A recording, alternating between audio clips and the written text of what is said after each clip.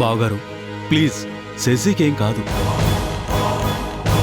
అవునన్నయ్య గారు, తన చెల్లెలు శశి ఎక్కడికెళ్ళిందో వెతకడానికి సీత ఇప్పుడే బయలుదేరింది. ఏం బాలు, నువ్వు శశికి ఫోన్ ట్రై చేసావా? చేశాను మావయ్య, స్విచ్ ఆఫ్ అని వస్తుంది. ఫోన్ స్విచ్ ఆఫ్, మనిషి ఇంట్లో లేదు. భగవంతుడా, నా కూతురు ఏ అఘాయిత్యం చేసుకుంటుందో ఏమో. అన్నయ్య గారు ప్లీజ్, శశి మా కోడలు, మా కోడల్ని కాపాడుకునే బాధ్యత మాది. ఒరే రాము, అమ్మా వెళ్ళి శశి ఎక్కడుందో వెతికి తీసుకురారా. అలాగే అమ్మా. అన్నయ్య ఆగన్నయ్య, నేను కూడా వస్తాను. వద్దమ్మా, నేనే వెళ్తాను. ఇదిగో, నా కూతురు సేఫ్ గా తిరిగొస్తే సరే సరి, లేదంటే మీ ఆదిత్య జైలుకెళ్తాడు. జాగ్రత్త.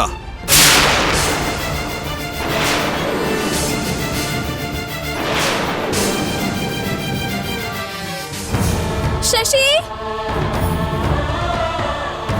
శశి, ఎక్కడున్నావు శశి? శశి,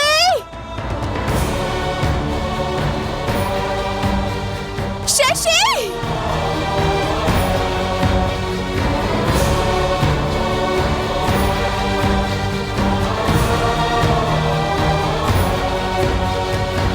లేదు, శశి ఎక్కడా లేదు.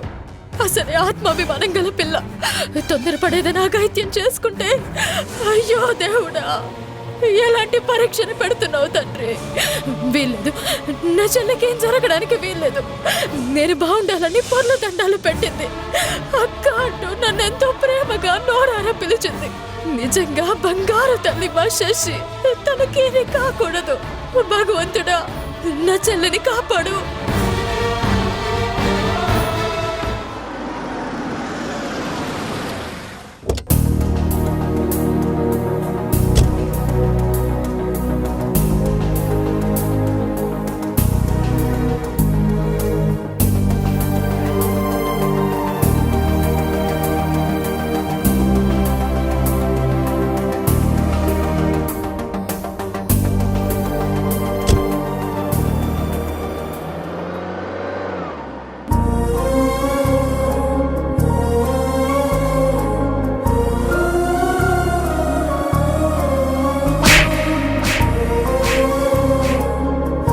మీరందరూ వాడు ఏం చేసినా పట్టించుకోకపోవడం వల్లే పొగరు వాడికి తలకెక్కింది.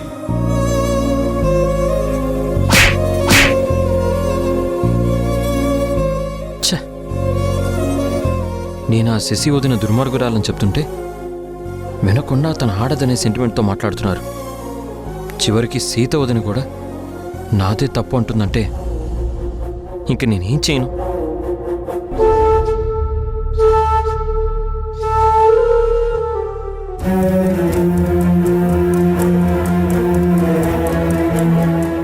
ఏ ఆదిత్య, చేసిందంతా చేసి ఏమీ తెలియనట్టు ఇక్కడ నిలబడ్డావా?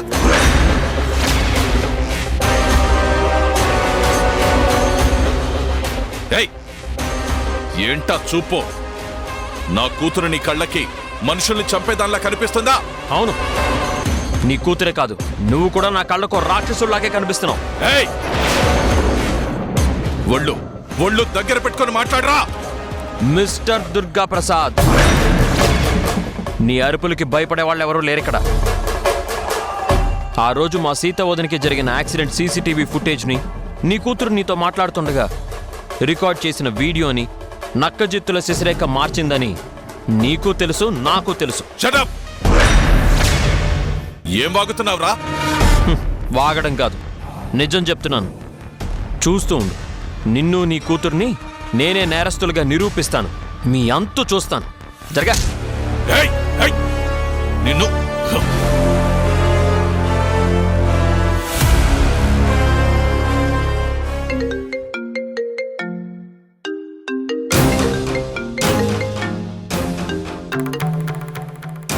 బేబీ, ఎక్కడున్నావు? సేఫ్గానే ఉన్నాను డాడ్. అక్కడ సిచ్యుయేషన్ ఎలా ఉంది? మంట పెట్టావు కదా, భగభగా మండుతోంది. నీ ప్లాన్ పర్ఫెక్ట్గా వర్కౌట్ అయింది బేబీ. I know dad.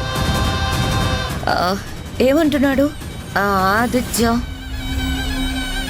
ఇంకేమంటాడు? మీ నేరాన్ని నిరూపిస్తాను, మీ అంతు తేలుస్తానని రెచ్చిపోతున్నాడు. కుక్కని కాల్ చేసే ముందు పిచ్చిది అని ముద్ర వెయ్యాలి. ఇప్పుడు నేను చేసింది కూడా అదే. పెద్దవే, ఇంట్లో వాళ్ళు ఎలా ఉన్నారు? ఇంకెలా ఉంటారు? గిలగిలా కొట్టుకుంటున్నారు. ఆదిత్య మీద మండిపడుతున్నారు. సీత ఒకవైపు, రామ్ ఒకవైపు నీకోసం వెతకడానికి వెళ్ళారు. నువ్వు గాని దొరక్కపోతే పోలీసులకి కంప్లైంట్ చేస్తాను, మీ మీద కేసు పెడతా అని వార్నింగ్ ఇచ్చాను. Perfect dad. అయితే నేను షో మొదలు పెట్టే టైం అయిందన్నమాట. Baby, what next? చెప్పను, చేసి చూపిస్తా. Take care baby.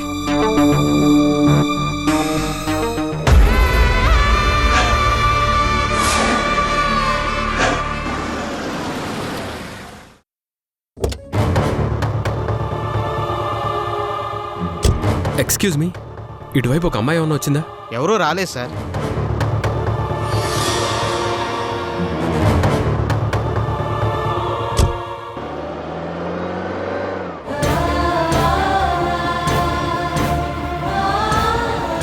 భగవంతుడా, నా చెల్లి ఎక్కడున్నా బాగుండాలి. అందరి మంచి కోరుకునే నా చెల్లికి ఏమీ కాకూడదు. వెంటనే నాకు కనబడేలా చూడు స్వామి. శశి, శశి, శశి! బాలు, చెప్పు. వదినా, ఏమైంది వదినా? శశి ఏమన్నా కనిపించిందా? లేదు బాలు, అన్ని చోట్ల వెతుకుతున్నాను. శశి ఎక్కడా కనిపించలేదు. మై గాడ్ వదినా, ఇప్పుడు ఏం చేయాలి? శశికి ఏదైనా జరిగితే నేను భరించలేను వదినా. బాలు, నువ్వలా మాట్లాడుకు. మన శశికి ఏమీ కాదు. మన నమ్ముకున్న దేవుడు మనకెప్పుడు అన్యాయం చేయడు. నాకు ఆ నమ్మకం ఉంది. వదినా, ఇదంతా ఆదిత్య గడి వల్లే. బాలు ప్లీజ్, నువ్వు అధైర్యపడద్దు.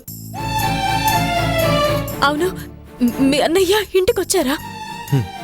వచ్చాడు వదినా. పెద్దన్నయ్య కూడా శశిని వెతకడానికి బయలుదేరాడు. సరే, శశి కనిపించగానే నేను ఇంటికి తీసుకొస్తాను. ఉంటాను.